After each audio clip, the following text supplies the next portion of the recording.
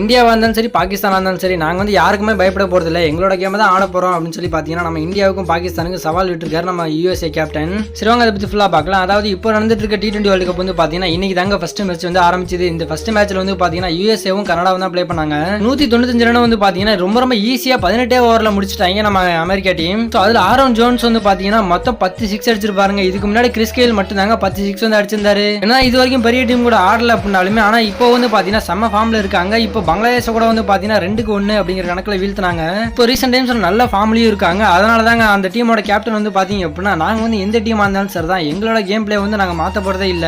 இந்தியாவா இருந்தாலும் சரி பாகிஸ்தானா இருந்தாலும் சரி எந்த டீமா இருந்தாலும் நாங்க வந்து பயப்படாம விளையாட போறோம் அப்படின்னு சொல்லி பாத்தீங்கன்னா ஓப்பனாவே சவால் விட்டுருக்காருங்க. குரூப்பை பொறுத்த வரைக்கும் இந்தியா, பாகிஸ்தான், கனடா, யூஎஸ்ஏ அது மட்டும் இல்லாம அயர்லாந்து இந்த 5 டீம் தான் இருக்காங்க.